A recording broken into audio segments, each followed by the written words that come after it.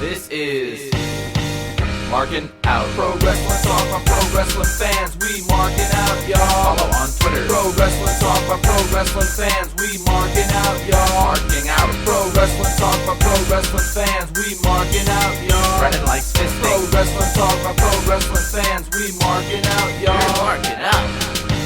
Pro Wrestling Talk by Pro Wrestling fans. Welcome to Markin Out. Pro Wrestling Talk by Pro Wrestling fans. This is episode 675. I am one of your hosts, Dave the Rave. And make sure that you're checking out Markin Out over at markinout.com, on Spotify, Apple Podcasts, and wherever else you may be listening to your favorite podcasts. Make sure you give us a 5-star rating. And also buy a t-shirt, prowrestlingtees.com/markinout. Give us a follow on Twitter at markinout. Give us a like on Facebook, Markinout page. Give us a follow on Instagram, Markinout11. Give us a follow over on TikTok, on Twitch, and wherever else you can find us on social media platforms.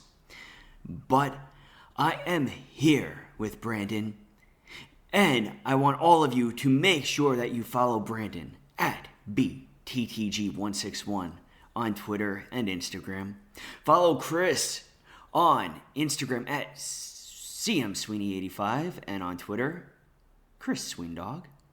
And follow me, myself, and I, Dave the Rave, at DavidPTDPT. And now that we got the intro out of the way, it is episode 675, and I am going to send it on over to Brandon because, Brandon, how are you doing? I'm doing awesome as always. How about yourself? I am doing fantastic. That is really, really kind that you asked me. Thank you. Thank you. How was your week? I have to know. Well, I mean, we hung out on Saturday. Yes, that is so very true. We did get to hang out on Saturday. I bestowed upon thee an autograph, a very special autograph. Legion of Doom, LOD 2000, Animal and Draws, which I'm very appreciative of. Yes, of course, you're welcome. I remember that day. I actually met them. Originally, it was advertised that it was Legion of Doom 2000, but it was Hawk, Animal, and Sunny. And it was at McDonald's. And I believe it was like a McDonald's, I want to say up by like Roosevelt Field Mall or something like that. It was somewhere around there, maybe on Hempstead Turnpike. And I remember seeing them, and they were sitting, it was so weird because they were sitting in like a legit McDonald's booth, signing autographs and taking pictures while also eating. So like I have pictures with like Animal and Draws as they're eating like their French fries with like, I think in the picture Draws is like chewing his food and like he did is like open up his mouth wide for the picture. Yeah. You know? I didn't know you had pictures from that show. Yeah. I have pictures from there. Or not show, the event. Yeah. And it was really cool. Like they actually took the time to say hi and stuff. And I mean, back then I was, I forgot. I was probably 15 maybe. But it was definitely a great memory. So I'm glad that I was finally able to give that to you. I know it's been a long time coming. It sucks that they don't do. I feel like they don't do events like that anymore. Like here and there, you'll see like, is it Cricket Wireless? They do like contests or whatever for them. Mm-hmm. But I feel like we don't just get free meet and greets like that. I know. Sometimes when I see them, like, it's always it's really random, and it's always, now it seems like it's like a Becky Lynch person, like somebody that's like pretty big, but it's random. The last free event autograph signing that I went to was actually Kurt Angle.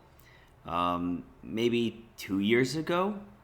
I think 2 years ago it was Kurt Angle at a car dealership on Hempstead Turnpike. But when was the last free autograph signing that you went to? Based off my memory, I think it would have been 2006 or 2007.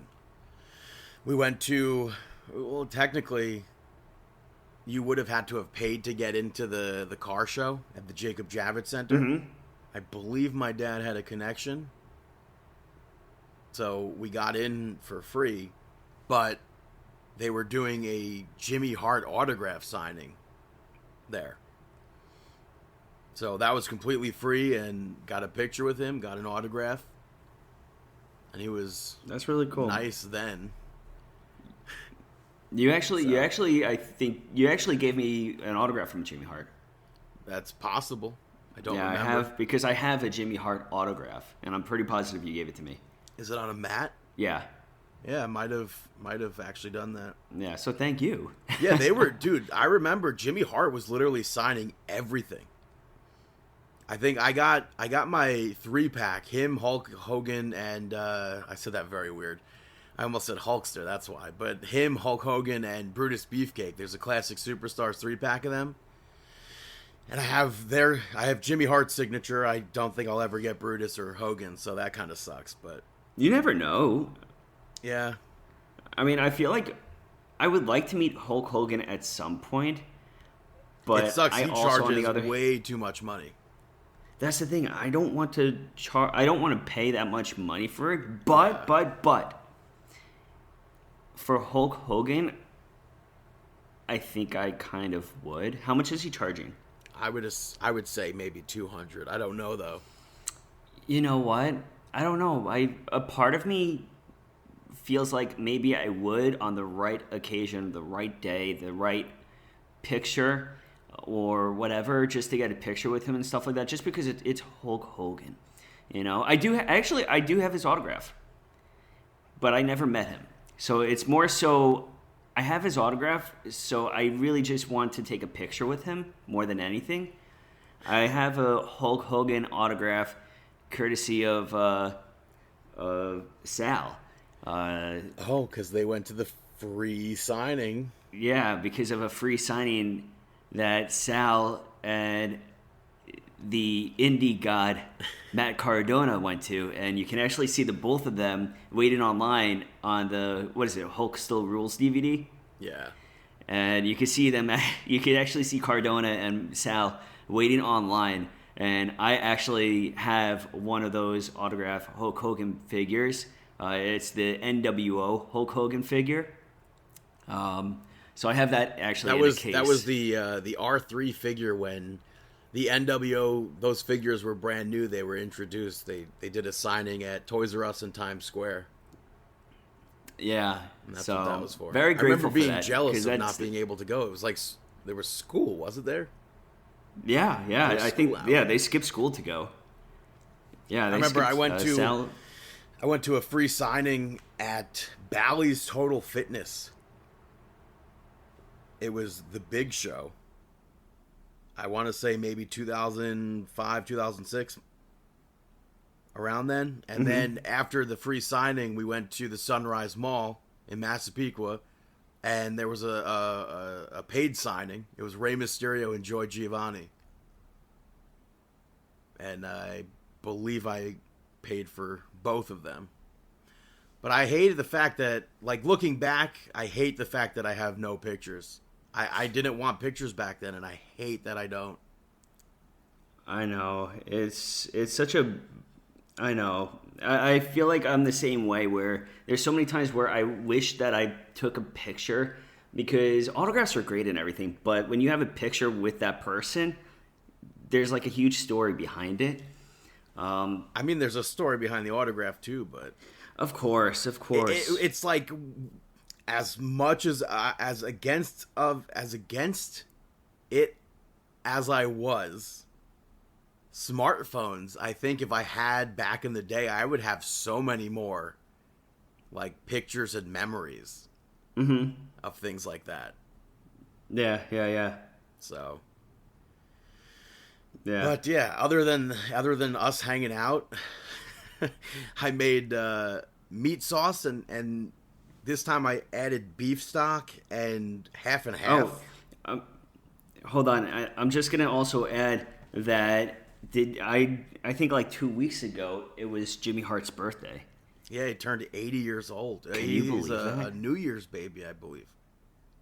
Yeah. Can you like the guy looks Yes, I can. fantastic. No, I can believe he's 80. What do you mean? Well, I mean, just Jimmy Hart looks like he's 80 years old. I don't know what anybody's really. talking about. I think he looks fantastic. Maybe it's the I think fake he hair looks and like Jimmy Hart. I don't know. the hair plugs and the tan. Well, I don't know if he's got fake hair, but I don't know, but yeah. I don't know. There's a few he wrestlers doesn't look that bad I'm like, though. I don't think he looks like. No, not at all. I remember going to a Brock Lesnar autograph signing with you. Yeah, that was, I guess, either 2002 or 2003. Yeah, I don't know if I have a Also picture with Sunrise him. Mall. Do you have a picture with him? I don't, because like I said, stupid idiot Brandon did not care about pictures with people. I'm trying to think. I have feel a like we signed did 8 take by a 10. picture. My brother Yeah. might. I think my brother might have We one have of to- them Polaroids. Let's check to see if we can find pictures of that. I feel like I do have pictures with Brock if Lesnar you too. have Or a picture, it would be a signed Polaroid. I don't have your picture. no. I feel like I took a picture also of you getting your autograph for some reason. Well, that's on you to look for. So if that's an Yeah. actual thing, then I hope that exists. I think that'd be super. I don't cool. want to get your hopes up, but I kind of feel like yes, because I didn't pay for an autograph. I think That doesn't make sense. I paid to just meet him because I had his autograph already. I got his autograph. If you got a picture with him, then it would have been an 8x10, I think. Not an 8x10, a Polaroid. No, I didn't. And then he would have signed the Polaroid. Yeah, I didn't get a signed Polaroid. I may have just taken pictures with him or a picture with him or pictures of him. You had Because- like what seemed like a 20-minute conversation, even though it wasn't that long. But Yeah, because I had an autographed picture from actually going to wrestling camp. I went to the Jay Robinson camp in Minnesota, which was his wrestling coach, and it was really, really kind of him. He knew that I was a big mark, and because I always asked him questions about Brock Lesnar and Shelton Benjamin. And of course, I found out that Lesnar would always come around to hang out with the boys and stuff like that. He never came to the camp, but a few months after the camp, I randomly got something in the mail that was addressed to me from Jay Robinson. I'm like, what's this? And I opened it up, and it was a letter from Jay Robinson wishing me well and everything and saying how it was great to meet me, yada, yada. And he found this on his desk, and he addressed to me, and he was meaning to send it to me.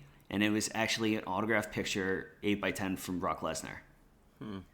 So, yeah, that's pretty cool. But, yeah, who knows? Maybe we'll get to a few free autograph signings upcoming, hopefully. But, yeah, you were saying crossed. about your... Huh? yeah, I said fingers crossed. Yeah, for sure. But you were saying about your cooking, yes. How was your week? My week was good. I got to see one of my favorite cousins, two of my favorite cousins on Saturday. So, I mean, it doesn't get better than that. Let's see. My week was actually really good. I feel like overall, everything is just good. I don't know. I'm really feeling positive about 2024. I feel like a lot of change is going to be taking place. I feel a lot of anticipation on my end and excitement. I have a trip to Boston upcoming in February, then a trip to Disney in March upcoming, and really looking forward to all of it. And we even have WrestleMania and Royal Rumble, and I'm such a mark for the Royal Rumble matchup. I've always been a mark for the Royal Rumble matchup as a kid. It's my favorite match. So I've been just feeling really good, but nothing really specific. But yeah. But how about we talk about some sports entertainment and talk about some Monday Night Raw? Monday Night Nitro. And speaking of the Royal Rumble, Drew McIntyre opened up the show, and he said that he needs the championship, and he's been replaying the match from last week in his head over and over again, and realized that he cost himself the match. And then he said that maybe Sami Zayn is right in saying that the only person holding him back is himself, and if that's the case, he might need to step away from WWE. No. And then he brought up Damian Priest coming out and cashing in, or attempting to cash in the Money in the Bank contract. And he called him an idiot for not waiting until he had already won. And Drew McIntyre brought up, he's like, oh, well, maybe if I do go away from WWE for a while, I could come back 10 years later or whatever with all this fanfare, which he's obviously talking about CM Punk. And CM Punk came out, and they went back and forth. McIntyre brought up stuff that Punk did in the last run in WWE. Stuff that he didn't like. And Drew McIntyre entered the Royal Rumble and said that he's going to eliminate CM Punk. And CM Punk said nobody's stopping him. He'll throw McIntyre out last. And I thought this was a really good segment. Yeah, I love the build of Royal Rumble, and I also love the anticipation of McIntyre and CM Punk squaring off in the Royal Rumble matchup, because honestly, I can see McIntyre eliminating CM Punk. I could also see Punk eliminating McIntyre. So the fun aspect of pro wrestling of anything can happen. I like this. I like this a lot. And I had a name missing from my list of Final Fours. Maybe McIntyre is that final name. What do you mean final name? Like Final Four in the Royal Rumble, I had Cody, Punk, Jey Uso, and maybe now it's McIntyre. Yeah, I mean, McIntyre, I'm going to add to this, McIntyre's doing the loop for media too. You know, they're really playing up his entire aspect with being the champion for such a prolonged period of time during that, prolific? I don't know. Period of time during the COVID era, and how he just didn't get his due. And I think that everything with this McIntyre stuff, it's great storyline to roll with. So if he's in the Final Four, I'm for it. They are all from Monday Night Raw, so I don't know if that'll happen, but that's true. They're all four people that I think would be candidates of people wanting to see win the Royal Rumble. Yeah, that's true. But first matchup of the evening, we had Ciampa pick up the victory over Finn Balor. What'd you think of that walking promo that Ciampa cut? He's awesome. I thought that was pretty cool. It's like we haven't gotten something like that recently. Yeah. I don't know if we've gotten it ever, but I liked that because it's like a new style where he's like walking to his entrance, cutting a promo on Finn Balor. Yeah, I like it. Instead of a picture-in-picture talking, pre-cut promo or something like that, or being interviewed right in Gorilla, he's talking on the way to the ring. I thought you liked innovative. I thought you liked the little box promos, though. I do.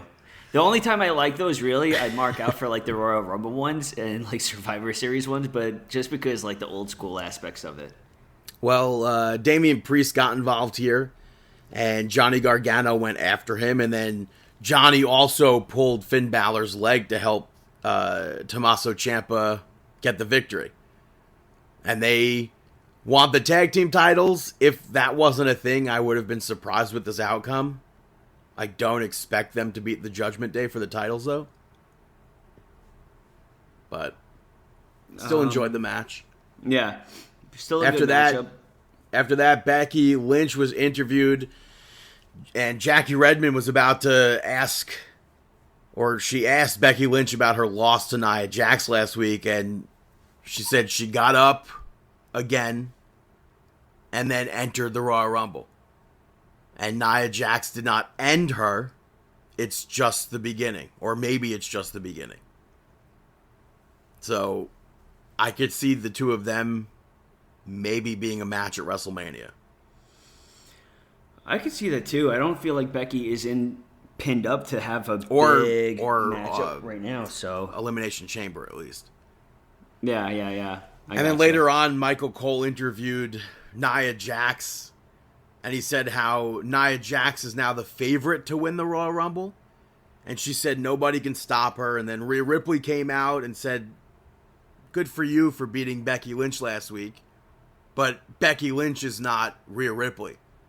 and stop acting like you own the division because you don't. And obviously alluding to her owning the division. And the crowd went crazy for this. Yeah, and she said, and if you do happen to win the Royal Rumble, it's best to keep my name out of your mouth. Yeah, the crowd eats up everything Rhea Ripley puts out there. She's so over. And Nia Jax, of course, said that if she does win the Royal Rumble, then she will be choosing Rhea Ripley. Yeah. So, but next up, you had Kofi Kingston and Ludwig Kaiser go to a double countout. No winner in this contest. Michael Cole, by the way, confirmed that Giovanni Vinci, that he'll be out for a few weeks. So, did they announce why? Nope. But if they're saying a few weeks, then maybe it is concussion protocol. I'm surprised that they're not saying why. Like, even if it's concussion protocol, I feel like if you state that he had a concussion and we're keeping him out, I feel like that gives it more. It's very empowering to talk about that injury and to bring awareness to it. So I feel like if it was a concussion, they should put it out there, being like, "Hey, yeah, he sustained a concussion, but we are taking protocols as everybody should be taking protocols." Hint, hint, NFL, and yeah, but hopefully he does have a full recovery with everything. Yeah. But I expected Kofi to win this match. I was not expecting Ludwig Kaiser to beat the absolute hell out of him. And he continued the beatdown after the match. He threw an office chair at Kofi's face. Yeah, that was nasty. Yeah, and then he did that shotgun dropkick to Kofi's head against the steel steps. And he was asked later on, "Brother, what the hell?" And he blew up and he said, "Kofi took Vinci's head, so I'm taking his." Yeah, Kaiser has a mean streak in him.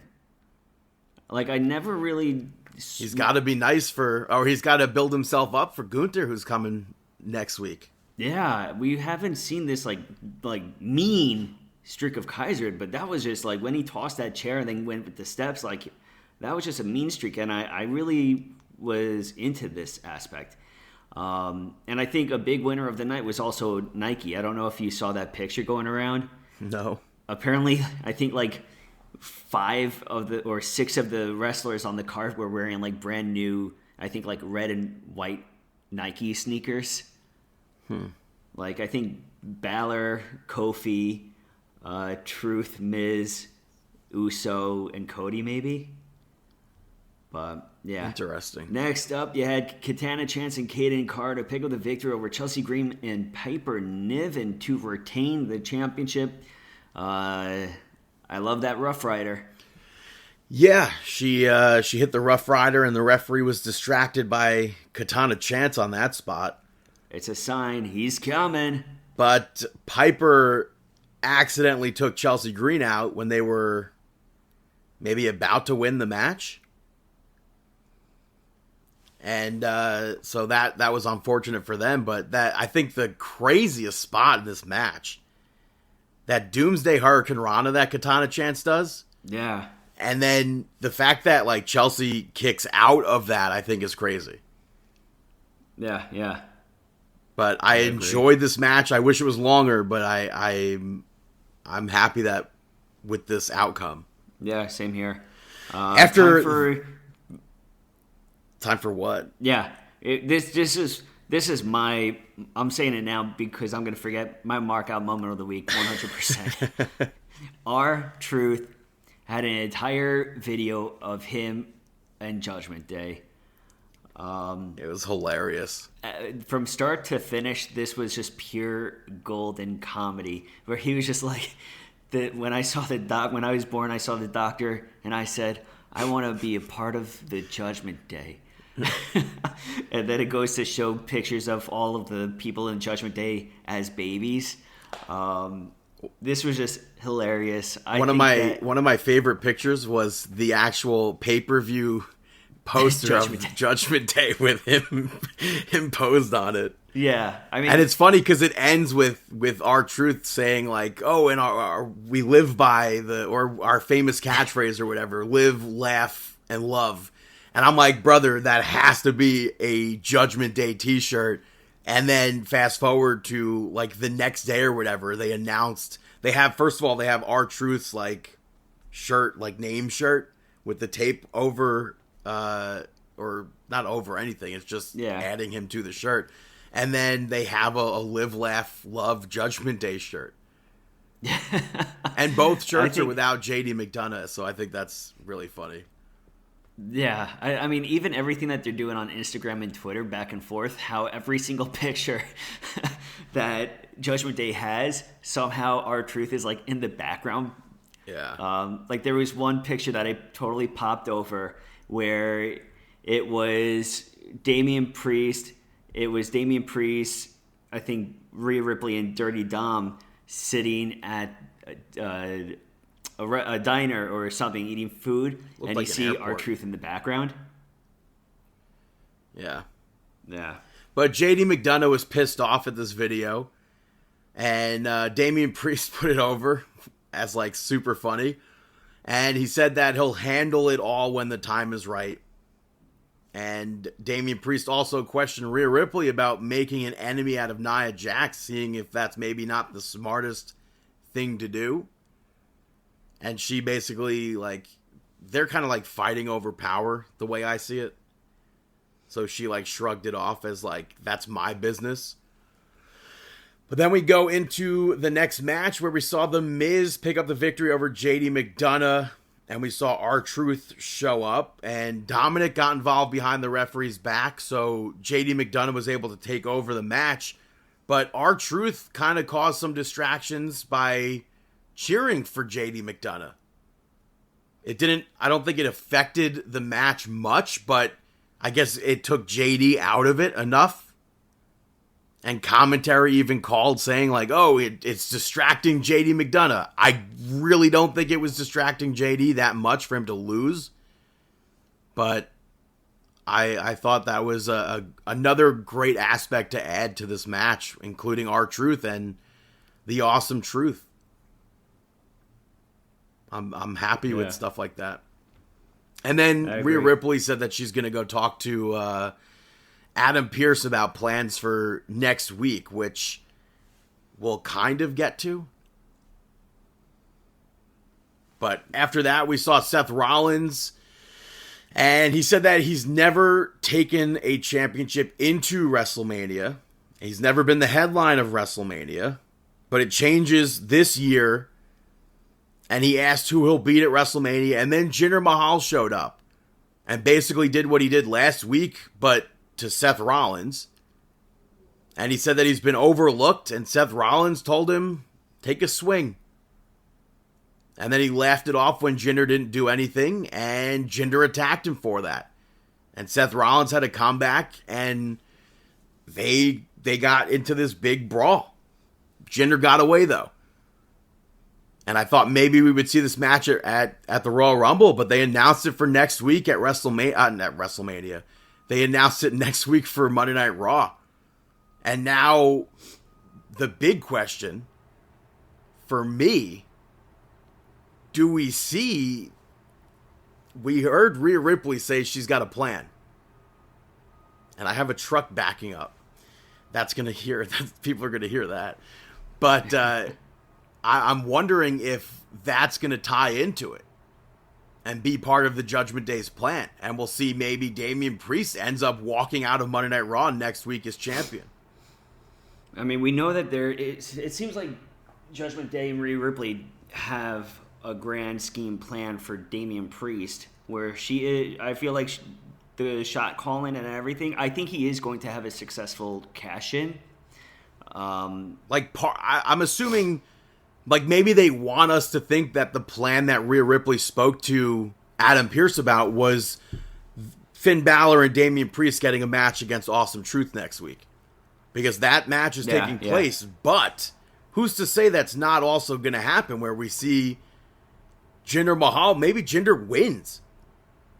Maybe he wins the WWE Championship. I think it was pretty crazy when Miz won randomly a few years ago. So maybe it's like not out of the blue where Jinder does get that victory over Seth Rollins. And then Damian Priest comes out, cashes in successfully on Jinder Mahal. And then maybe come Royal Rumble, Seth Rollins gets the title back from Damian Priest.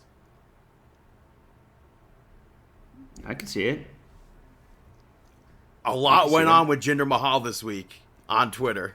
Okay, let's just. Well, I don't even think we need. I don't have to devote 10 minutes on this topic. Yes. I mean, I don't think we have to talk about it. Even it was just the WWE on Fox Twitter account, which I don't think is a WWE person running it, tweeted about the Jaguars losing and being out of the playoffs using a Kurt Angle meme.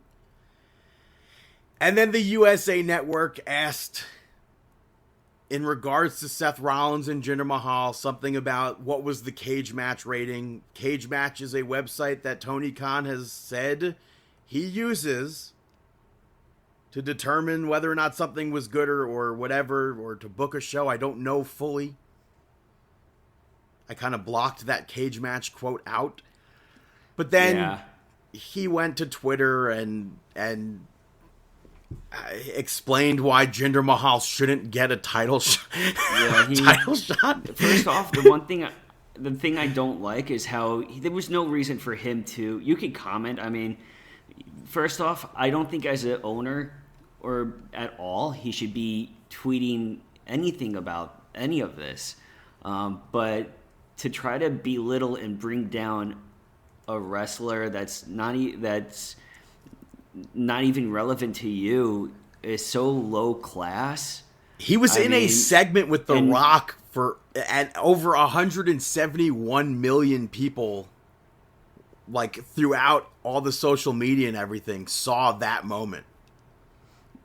And it wasn't even Jinder getting the title shot. It was the champion giving the person the title shot. So it's not even close to being the same thing. I mean, realistically, Tony Khan, what he did, first off, there was no good reason for why he did that outside of emotions. Because there was no benefit for AEW. There was no benefit for his show. There was no benefit for him looking good in a specific light. If anything, congratulations, you just totally got full support of Jinder Mahal, where Jinder Mahal was trending on Twitter. Don't hinder Jinder. You know? So I feel like he stayed trending for like maybe 2 days. Yeah, it totally backfired. You know, but yeah. And so I'm looking forward to seeing Seth Rollins versus Jinder Mahal. I would not be opposed. And people are like, oh, everybody hates Jinder Mahal and blah, blah, blah, which might be true. I know there's a lot of people who hate Jinder Mahal. They hated him being WWE champion. We didn't. We were tired of Randy Orton's title reign. So we were very happy to see Jinder Mahal become WWE champion. I'm not tired of Seth Rollins' title reign, but if Jinder Mahal happens to win the WWE World Heavyweight Championship on Monday Night Raw, I'm not opposed to that at all. So, yeah. But I agree. We'll see next week. After that, we saw Ivar pick up the victory over Otis. I know this is probably your favorite match from the night. Or not? This was definitely 100% my favorite match of the night. Ivar taking on Otis.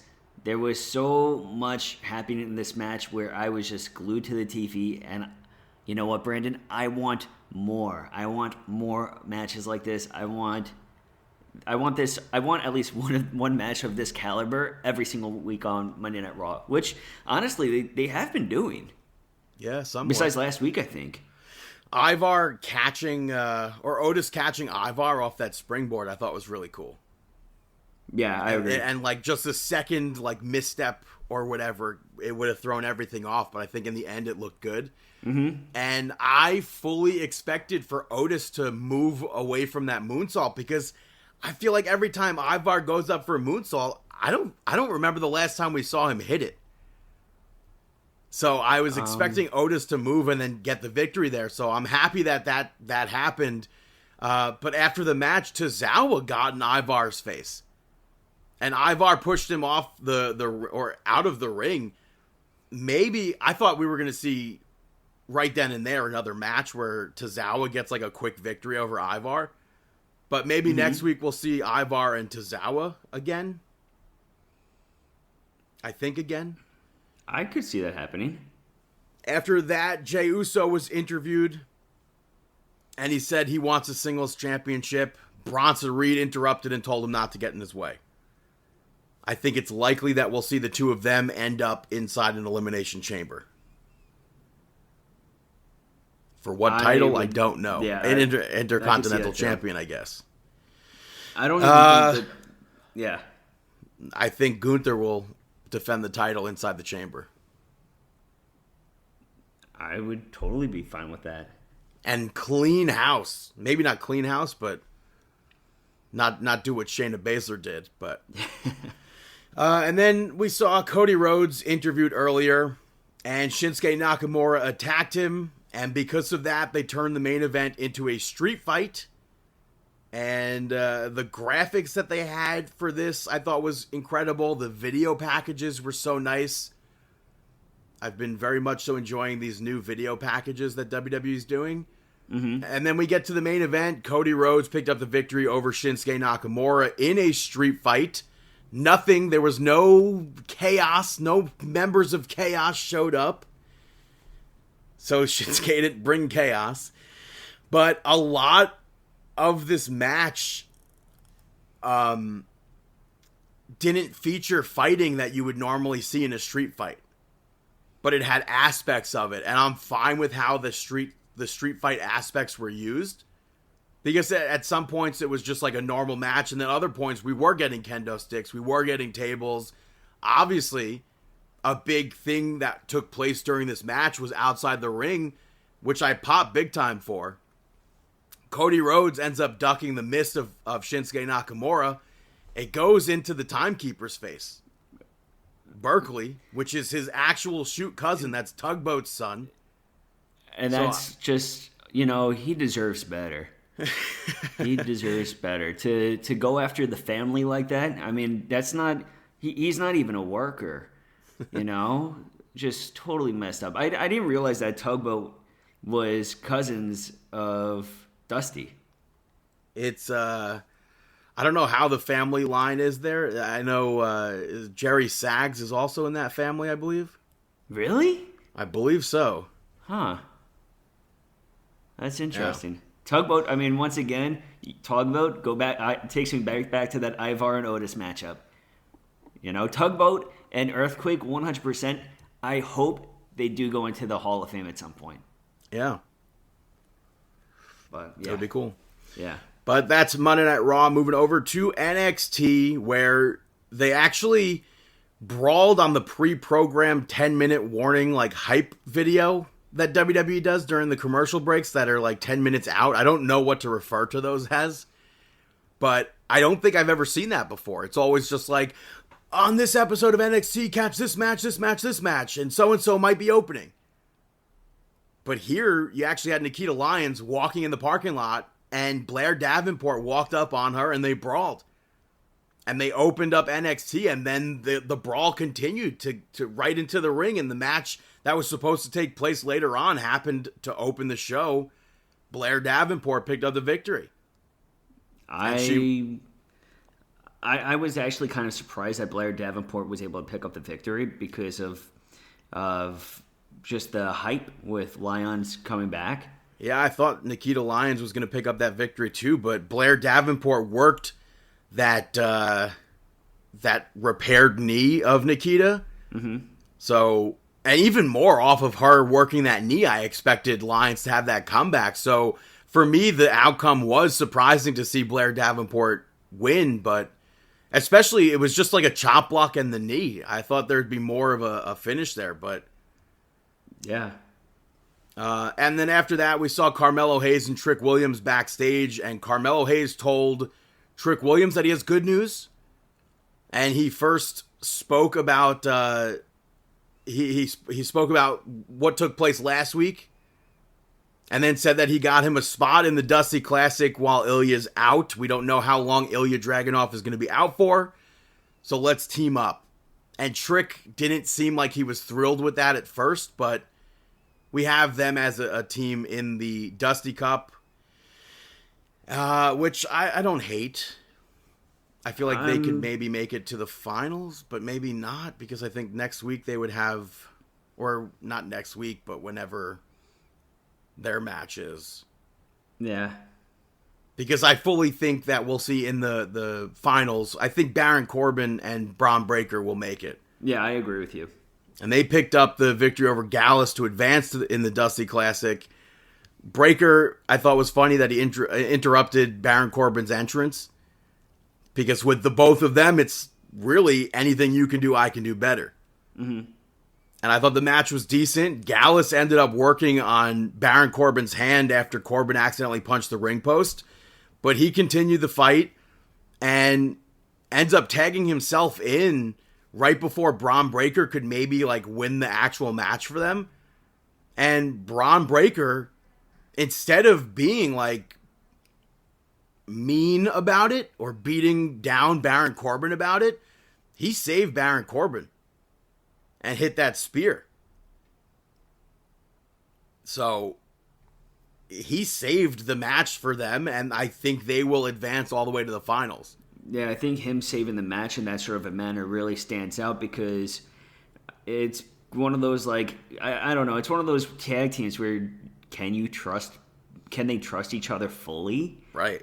You know, so for him to actually commit to that spear and take him out, I feel like that's a full, like, okay, they could actually support each other now. And I think now that they could fully support each other, I could definitely see them going all the way. I think the coolest spot in this match was the German suplex fall-away slam spot that Braun Breaker did to Gallus. Mm-hmm. I thought that was pretty cool. But later on, Gallus was backstage, and Ridge Holland walked up on them. And I thought maybe they were going to try to, like, get him to join Gallus, but him and Joe ended up getting into it, and he threatened Ridge Holland. So that match, I think, is taking place next week. Yeah. Throughout the night, we had the segments with Tiffany Stratton on the farm, and it was not so much like The Simple Life, but it was, I guess, partly what I expected. Yeah, it was more so, I feel like it was more so straightforward, you know? Yeah, it added comedy, and I think Tiffany Stratton, I think she did a really good job at doing, like, the comedy, like, the falls and stuff, like the physical comedy in this. Mm-hmm. Wasn't expecting that from Tiffany Stratton. Yeah. I'm not saying she reminded me of, like, Chevy Chase or anything, but I thought she did very well in these segments with the physicality of the comedy. Yeah, I agree. Also, I would have sworn to God that she would have grown up with a horse. If her dad was so rich, I thought for sure she would have had. But she probably, if her dad had a horse, there's no way she's she may have rode the horse, but she's not the one shoveling the hay and everything. Yeah. You know? So. Yeah. But we had Lyra Valkyria come out, and she questioned who she'll face at Vengeance Day, and announced that she spoke to Ava, and Ava told her that there was going to be a 20-woman battle royal, and the final four of that battle royal becomes a fatal four-way. And then, I think that's next week, Lola Vice showed up during this segment just to remind her that she can cash in literally at any time. And Lyra Valkyria said that she thought when Lola Vice showed up in NXT that with all her hype behind her, she would take over the division, and that's just not happened. And she wants the cage fighter Lola Vice when they fight. She doesn't want, like, let me post an Instagram Lola Vice. And it seemed like she was maybe also trying to plant seeds of doubt between Elektra Lopez and Lola Vice. Yeah. But she challenged Lola Vice to have the match right then and there. And Elektra Lopez jumped her, and then Tatum Paxley, who's had the back of Lyra Valkyria very creepily appears out of nowhere and backs her up, and next week that leads to a tag team match. Yeah, I'm looking forward to it. Yeah. I'm looking forward to that. We saw Josh Briggs pick up the victory over Oro Mensah, which stemmed from a backstage segment from earlier in the day where Metaphor made fun of their breakup between Josh Briggs, Brooks Jensen, and Fallon Henley. And then Briggs showed up and said he wants a rematch, and we go to the match. Jakara got involved. Noam Dar got involved, but Briggs got out of all of that, and he dodged Oro Mensah and picked up the victory. Yeah, I mean, which is good. I mean, I don't think Oro Mensah needs No. the victory because Not I feel like with Metaphor being exactly so powerful. like Metaphor Or strong, I should say. They can lose every single week, but no matter what, me and you, we're still going to watch Metaphor even if they're on a losing streak because they're so entertaining. Yeah. But Josh Briggs, he's a big guy. He needs those victories in order for us to be like, okay, let's see what he's got. So I think that this was awesome. Next up, you had the family pick up the victory over OTM to retain. I feel like this was expected. You had that spot where Reggie tried to get involved and then it just kind of went haywire. Yeah, I thought the match was okay. I feel like some of the spots were like spots. But I also feel like OTM is super new that they still have to like grow into their own.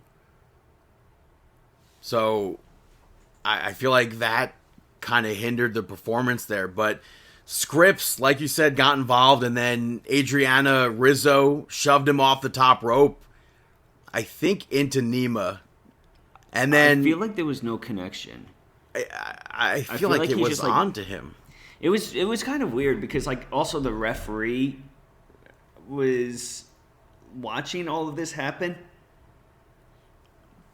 But yeah. And then later on, OTM ran into Jada Parker, and she told them that they should have seen this coming, and basically said that she's their missing piece.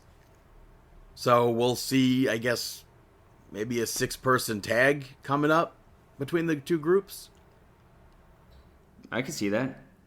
Then we saw an NXT Anonymous video air of JC Jane, where she was leading the women of Chase U in a plan to get money to get them back on track. But she said that if we're going to get the money, then you have to follow exactly what I say. What the plan is, we don't know. We had somewhat of a debut perhaps in this, though. Maddie Renkowski was part of this segment, so it seems that she's officially signed. She's a former NWA Women's Tag Team Champion. She's been part of AEW Dark here and there.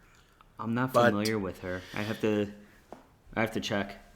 But yeah, if you didn't watch AEW Dark, there's no way you're watching NWA, so you wouldn't be familiar with her. Yeah. So I think that's cool that they signed her, or assuming they signed her. I know there were rumors that she was, so hopefully it leads to something. After that, we saw Cora Jade pick up the victory over Gigi Dolan, which I thought was decent. I think Gigi Dolan almost won this match, but Cora Jade held on to the referee to the point where I thought his pants were going to rip off for some reason for like a comedy spot. Because there was like a lot of force behind her holding onto his pants. But she was able to pick up the victory off of that like referee distraction, I guess. Mm-hmm. Yeah. Not the greatest of matches. There wasn't much in the actual match. Mm-hmm. So I would have liked more, but the drop kick that Gigi Dolan did to Cora Jade, where like she was sitting down on the rope, I thought that was fantastic. I mean, what are they going to do with Gigi Dolan though? Yeah, I don't know. I feel like ever since like JC Jane really found her new place in Chase U, Gigi Dolan for a very long time since splitting from Toxic Attraction has just been floating. Yeah. So I think that's unfortunate. Maybe she needs to go up to the main roster and do something up there. I don't know what, but After that, we saw Axiom and Nathan Fraser pick up the victory over Hank and Tank to advance in the Dusty Classic. I liked the spot where they kept doing like the suicide dives outside of the ring, Axiom and Nathan Fraser. But I think overall, I think the outcome for this and the other match were obvious. But I did think for a quick second that Hank and Tank were about to win. I was like, there's no way. So, but Axiom obviously and Fraser picked up that victory. So we'll see who advances next week in the Dusty Classic. I don't think Axiom and Nathan Fraser will make it to the finals. I can't see them making it to the finals either.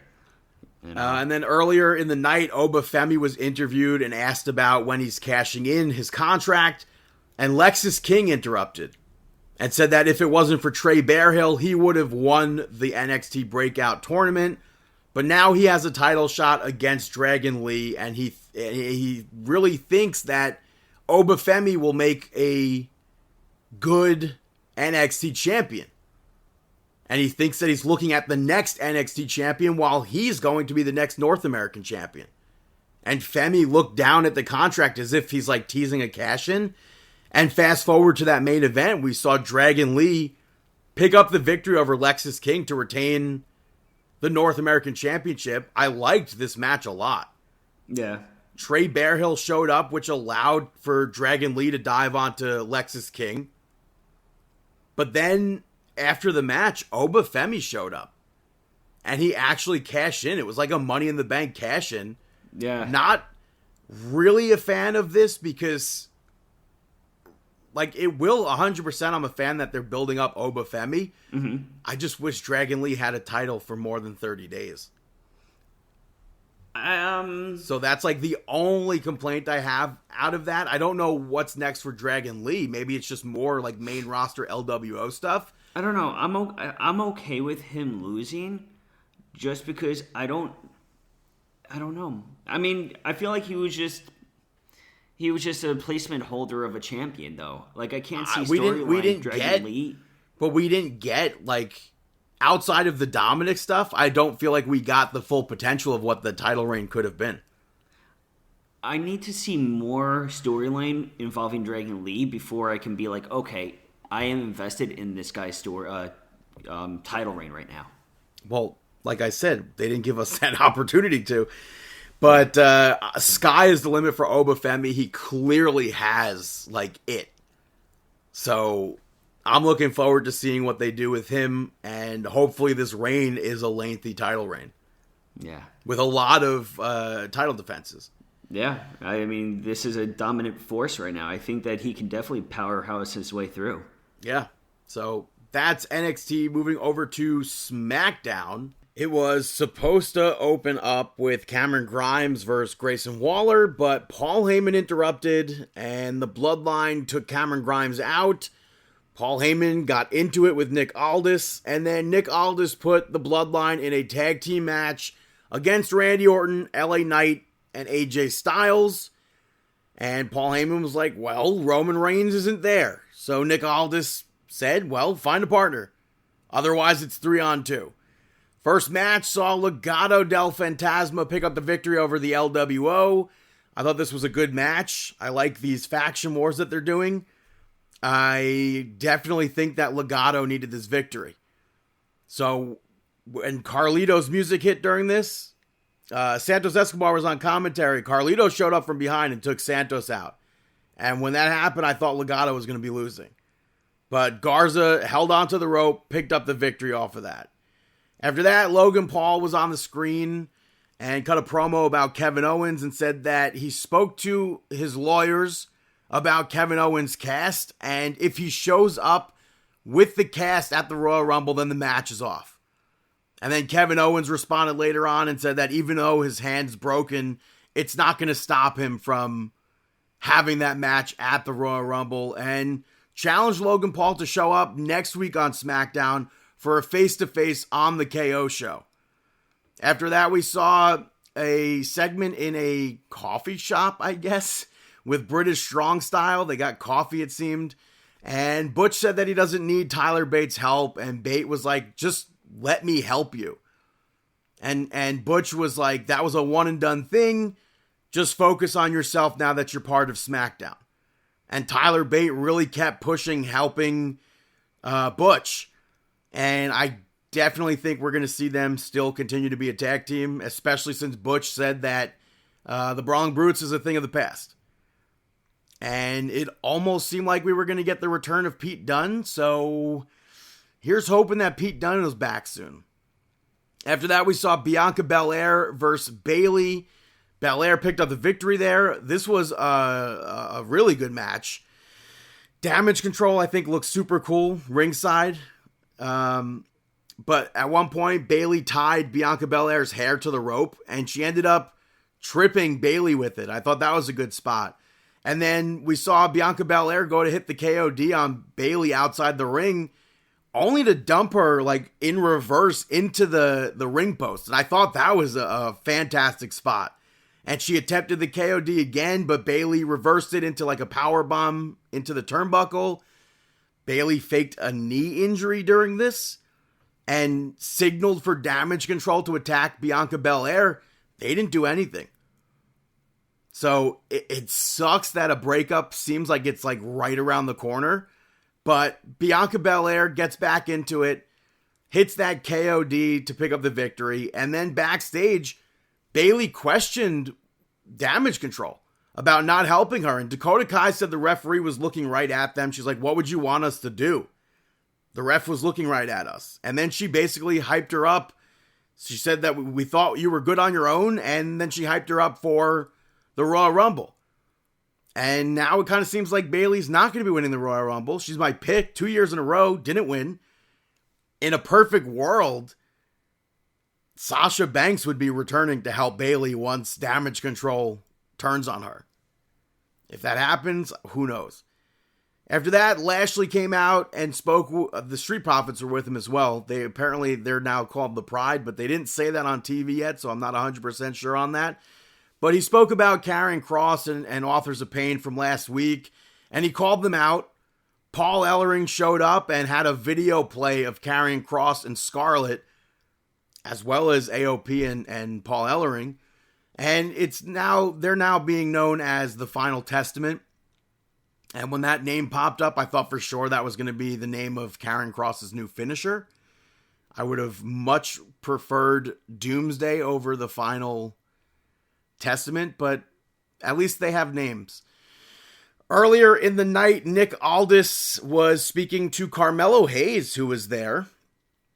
And Carmelo Hayes brought up the Royal Rumble, but A-Town Down Under interrupted because they wanted, did they want a match? I don't remember.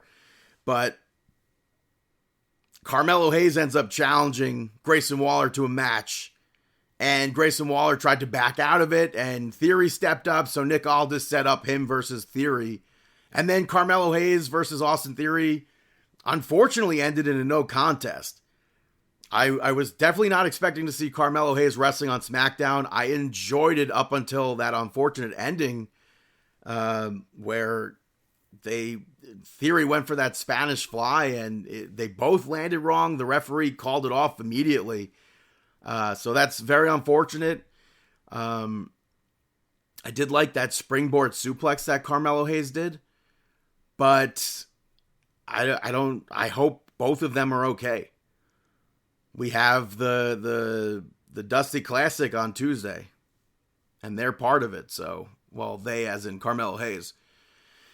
And then throughout the night, Paul Heyman tried to find a partner for the Bloodline. So he asked a bunch of different people. He asked Carlito. Pretty Deadly actually approached him and pitched themselves to Paul, and then backed out after Paul told them that he just needs one of them. So that I thought was funny. And then Paul tried to recruit Bobby Lashley, and he couldn't find anybody. So he told Jimmy and Solo that nobody is worthy to stand with them, and they'll go into the match by themselves. And then during Randy Orton's entrance, Solo Sikoa and Jimmy jumped Randy, and Solo took Randy Orton out with that Samoan spike. So they continued with a tag match. And I like the match. AJ Styles and LA Knight, I think, worked well as partners up until that one spot where Styles went for a tag and LA Knight dropped off the apron to take Solo Sikoa out. Knight tried to tag in after that, and AJ Styles was like, absolutely not. You're trying to screw me here. And he refused to tag him, and Jimmy accidentally took LA Knight out. AJ Styles ducked a super kick, and Solo, Jimmy was getting Solo ready to tag in. Randy Orton made his way back out, and it had Solo shook, and AJ tagged him in. Orton took out Jimmy Uso to pick up the victory. Solo Sikoa attacked Randy Orton afterwards, but AJ rocked him with the phenomenal forearm. And then LA Knight hit him with the BFT, and then Orton dropped him with the RKO. And then they went after Jimmy Uso, and the three of them worked on Jimmy Uso. And then to end SmackDown, the three of them do a Shield powerbomb through the table to Solo Sikoa, and Paul Heyman does his famous call Roman Reigns. So I thought that was a very enjoyable episode of SmackDown. Still, they didn't have any updates, obviously, with Carmelo and Austin Theory. Hopefully they are okay, like I said before. But that's SmackDown. Moving over to a quick little break.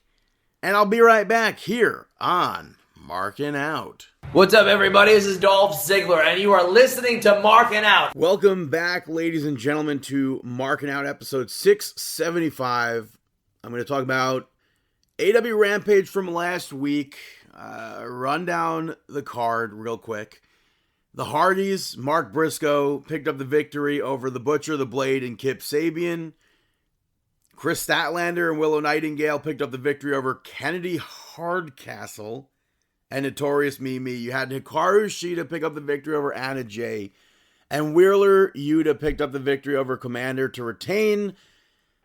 This was one of the dullest episodes of Rampage I have ever seen.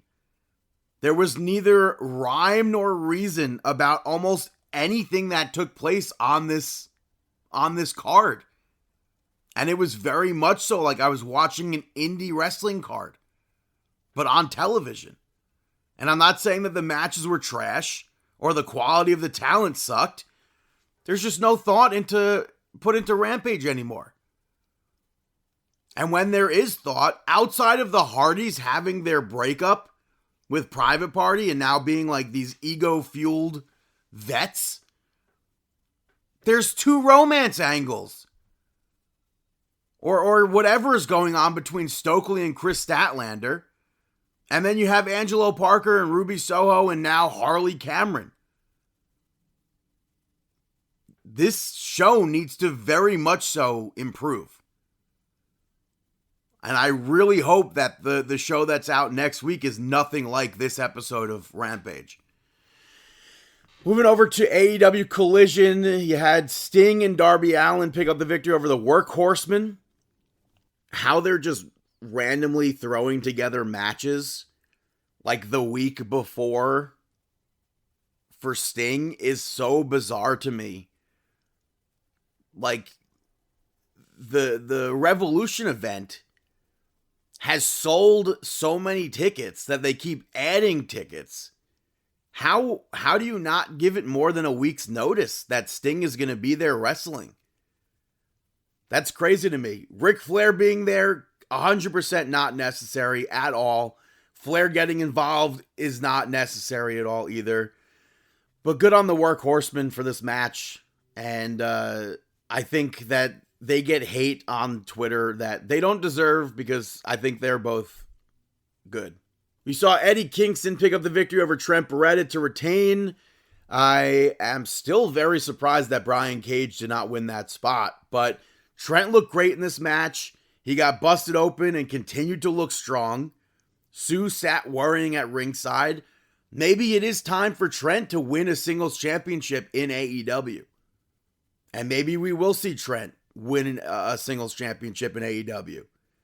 I assume not. I mean, the only title he could possibly win would be from Orange Cassidy. But after that, the Kingdom picked up the victory over Brian Keith and Commander. Random team, I think. I don't know if Brian Keith and Commander is a thing. But this was a proving ground match. I feel like they could have just put the titles on the line Be like, oh, we don't care who we face. Here's an open challenge or whatever. And then it's like they're losing anyway. But then I guess the next segment would be the same exact thing, perhaps, except there's no title. You had Edge come out, completely recovered from World's End. And he mentioned Christian saying on Dynamite that he's at the back of the line now, even though he's owed a rematch because he was former champion at this point. But he will work harder than Christian, and he'll earn his title shot with open challenges. And then Edge picks up the victory over Griff Garrison, which was bizarre to see. The last time we saw Griff was losing to Wardlow in a minute. And prior to that was a full year. Now, I assume it's a thing in Ring of Honor. Maria Kanellis has been, I guess, managing Griff and Cole Carter. But I have no clue about that. I thought Griff's promo beforehand was good. But this match, I think, made Edge look terrible. I don't think it should have gone past a minute. He lost to Wardlow. Edge is better than Wardlow. So, sure, it makes Griff Garrison look good. But storyline-wise, if Wardlow beat him in under a minute or whatever, and he's been off TV for pretty much 14 months, with the exception of that Wardlow match, that really makes Edge look bad. And we saw Cole Carter attack Edge afterwards. He ate a spear. This led to a huge debate on Twitter. People comparing this segment to John Cena debuting John Cena interrupting Kurt Angle. Nothing alike. Griff Garrison has been in the company for 4 years. Almost 4 years. That was John Cena's debut. There is nothing compared to this, and this just really made Edge look bad, in my opinion. After that, Sky Blue picked up the victory over Kiera Hogan. I thought it was decent. I think it was too long. I feel like Sky Blue should have had like a longer, dominant victory here. And she should be getting more dominant wins. The TKO Dragon Sleeper looked much better this time, though. So I'm happy that it looked better. After that, Claudio picked up the victory over Andrew Everett. No reason for this match. But this was just a standard Collision filler along with that Kingdom match. And then in the main event, you saw FTR pick up the victory over the House of Black. On Dynamite last week, they said that their match against FTR will happen in North Carolina in front of their families. And if House of Black wins, then FTR will have to leave their family and join them. But that didn't happen. I thought this was a good match. Probably the best match from Rampage from Collision. This was one of the most NXT-like matches I've ever seen in AEW. And we saw Brody King show up. For some reason, Daniel Garcia showed up and took him out. I don't know why he's associated with FTR now in that spot. But House of Black ends up beating them down afterwards and standing tall to close Collision. I thought that was a fantastic match. Great close. Moving over to AEW Dynamite. This was live from Daly's Place. It was billed as Homecoming. And it opened with Hangman picking up the victory over Claudio. And I don't understand why this match happened. If the show ended last week with Swerve and Hangman in a pull-apart brawl, why did this match made no sense to me. And it almost immediately went to the outside. And they continued to fight out of the ring throughout the match. I get that this maybe builds up Hangman, but it literally does nothing with the ending from last week, and that makes no sense to me. And later on, you had Samoa Joe come out. First of all, on Collision, Hook randomly challenged Samoa Joe for a title shot. I'm fine with that. I don't care if Hook's challenging him. Obviously, Hook's not winning. But Joe on Dynamite comes out and he said that there's going to be changes to the challenging protocol. You don't have to complain online. You don't have to do it in the ring. You just come out, you submit to the champion. And if the champion or the championship committee, and if the championship committee approves, then you get the match. I assume he is the championship committee. But this brought Swerve and the Mogul Embassy out. Swerve said that he wants the title shot, and he's going to take it. It's not personal. Then Hangman showed up to call his shot. Swerve left. And then Hangman left. And there was zero follow-up from last week's episode of Dynamite. Zero. No follow-up to the brawl. And then a Hook bat signal showed up, and Hook showed up and said 1 week. And he left. Bizarre that they just, like, are we supposed to forget the end of Dynamite last week? After that, we saw Edge, Orange Cassidy, Dustin Rhodes, and Preston Vance pick up the victory over the Mogul Embassy and Lance Archer. That segment with Samoa Joe came after, so I didn't understand the Mogul Embassy coming out literally right after as if nothing happened to them. They didn't just lose. That was goofy to me.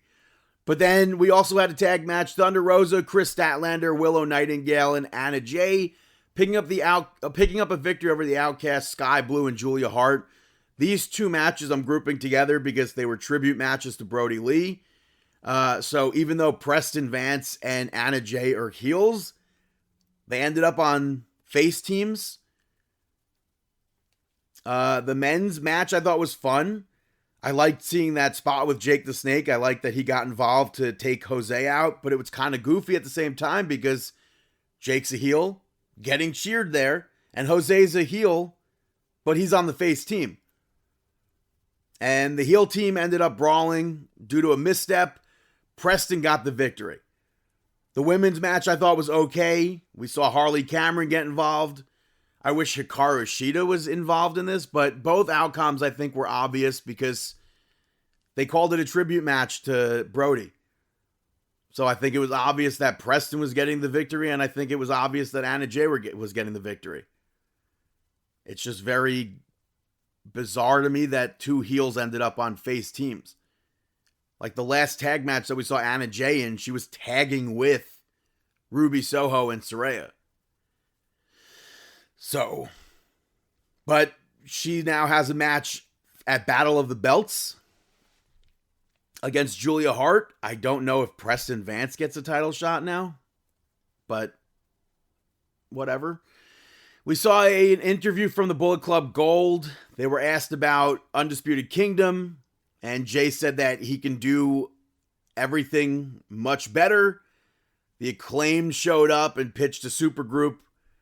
On Collision, Jay said there was no relation with them, but now it seems like there's going to be a supergroup. I'm sure the segments are going to be funny, but I mean, they've done nothing to go after Adam Cole. And the hangman, not hangman, the henchman.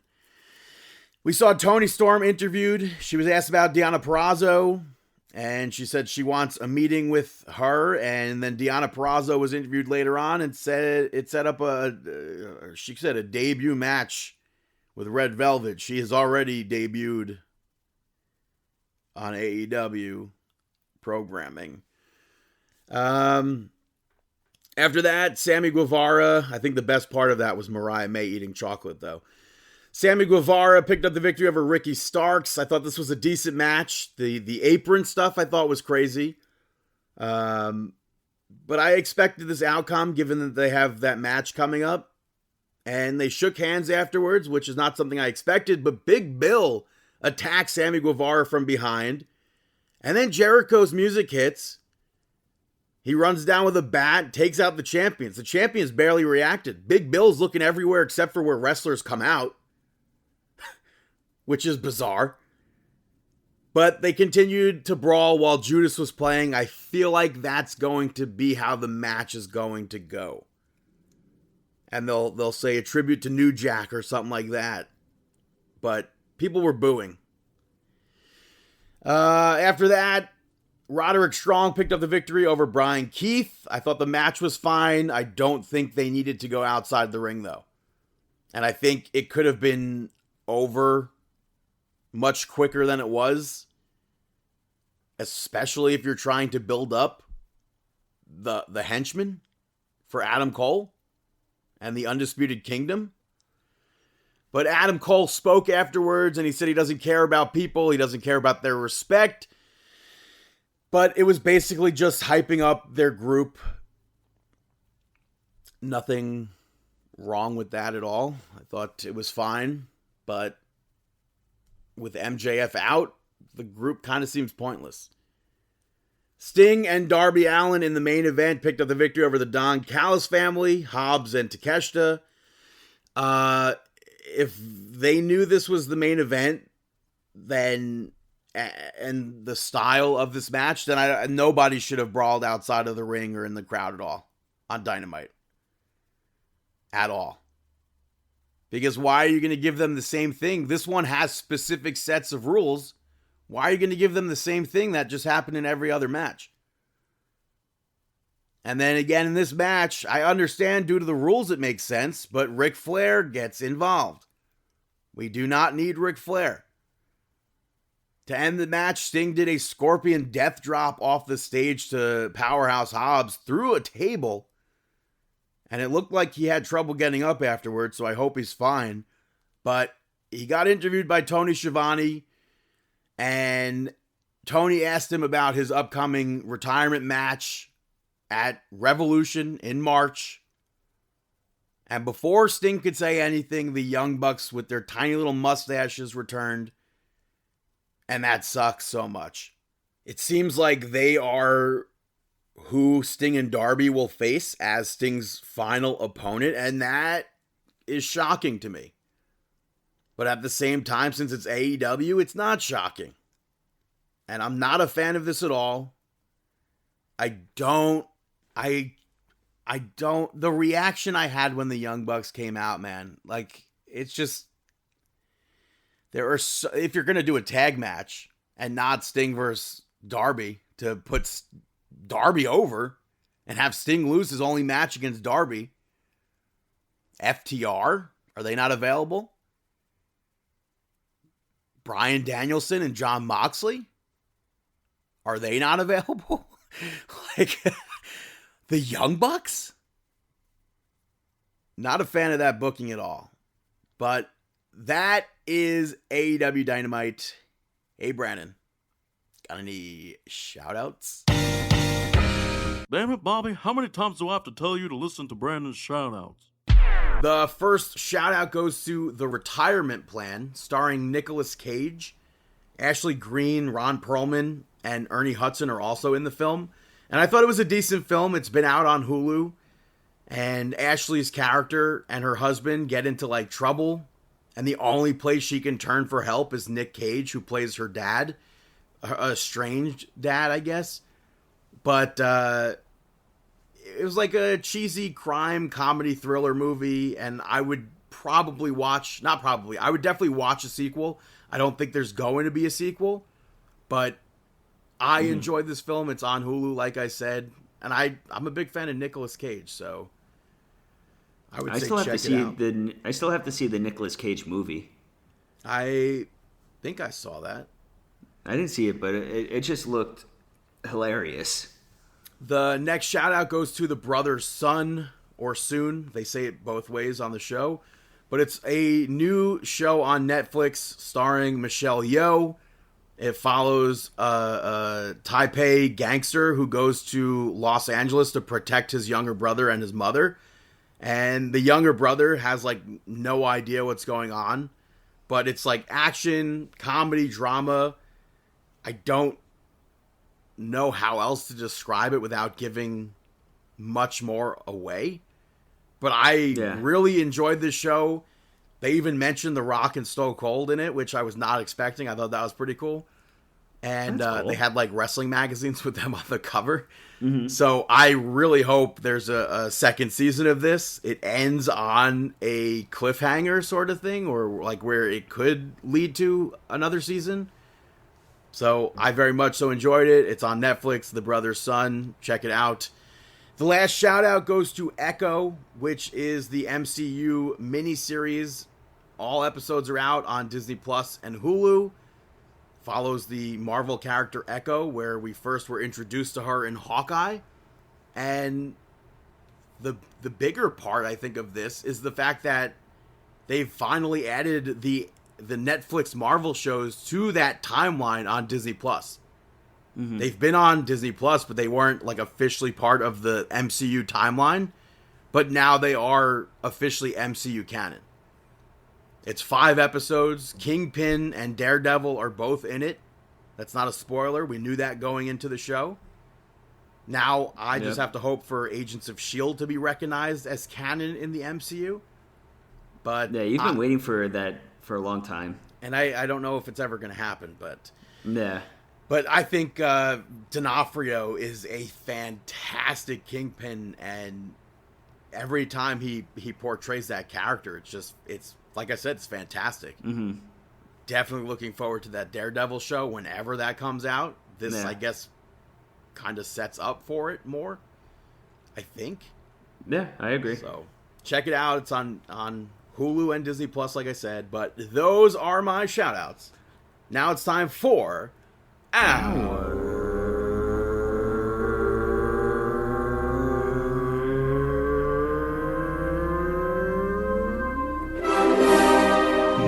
Out Moment of the Week. That is right, our Mark Out Moment of the Week. You already said yours before, that R-Truth video.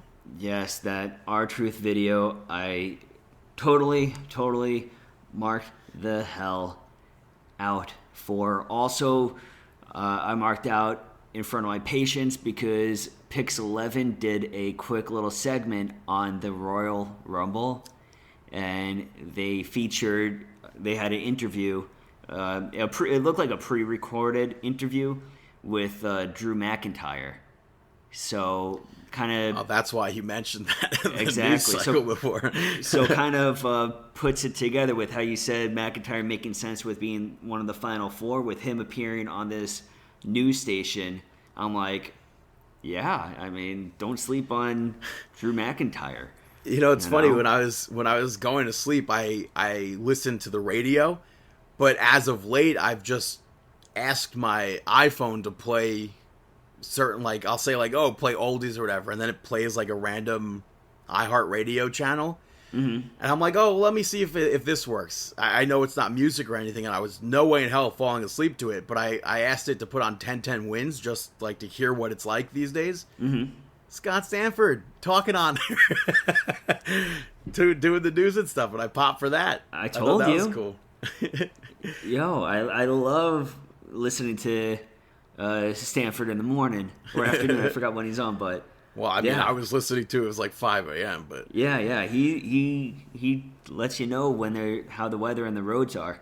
So I thought that was cool. But during during NXT, they aired a commercial for Ted on Peacock. It's like the new show, and there was footage that they had of Ted. It takes place in 1993. Ted sitting on the couch watching Hulk Hogan versus Yokozuna from WrestleMania 9.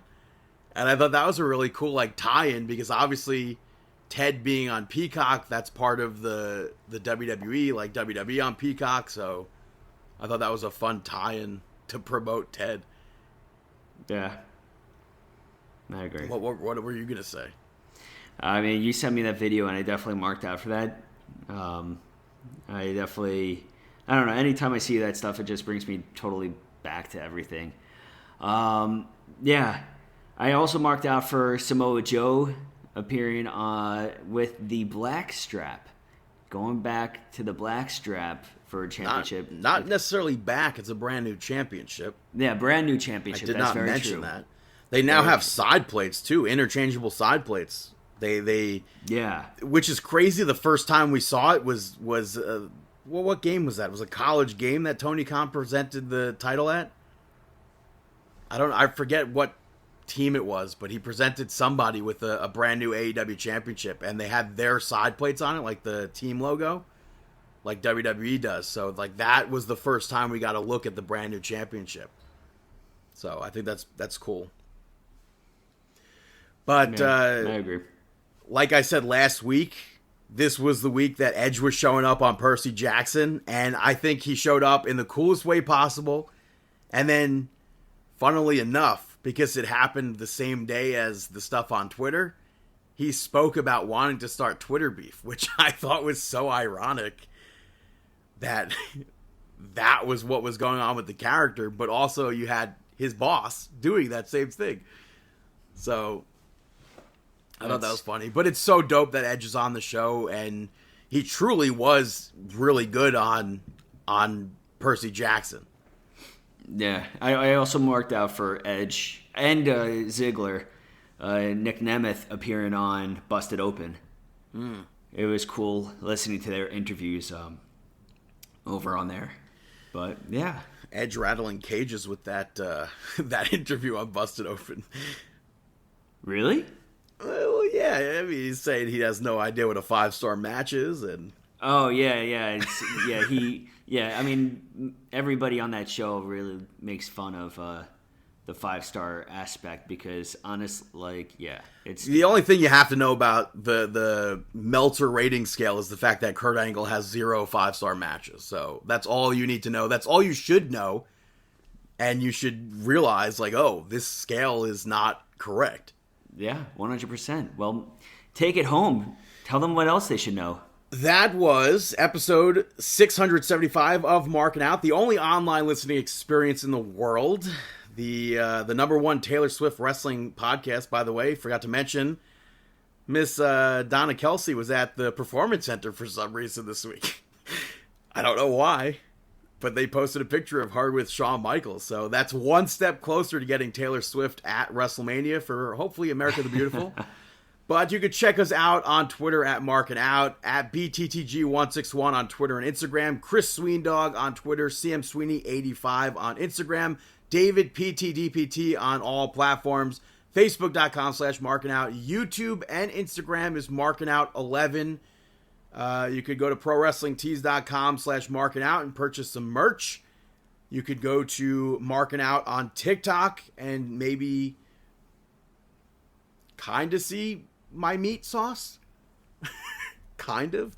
And then you could check us out on Apple Podcasts, Amazon Podcasts, Spotify Podcasts. Rate, review, subscribe. We would greatly appreciate that. And, of course, you can go to markinout.com and listen there. And we wish you the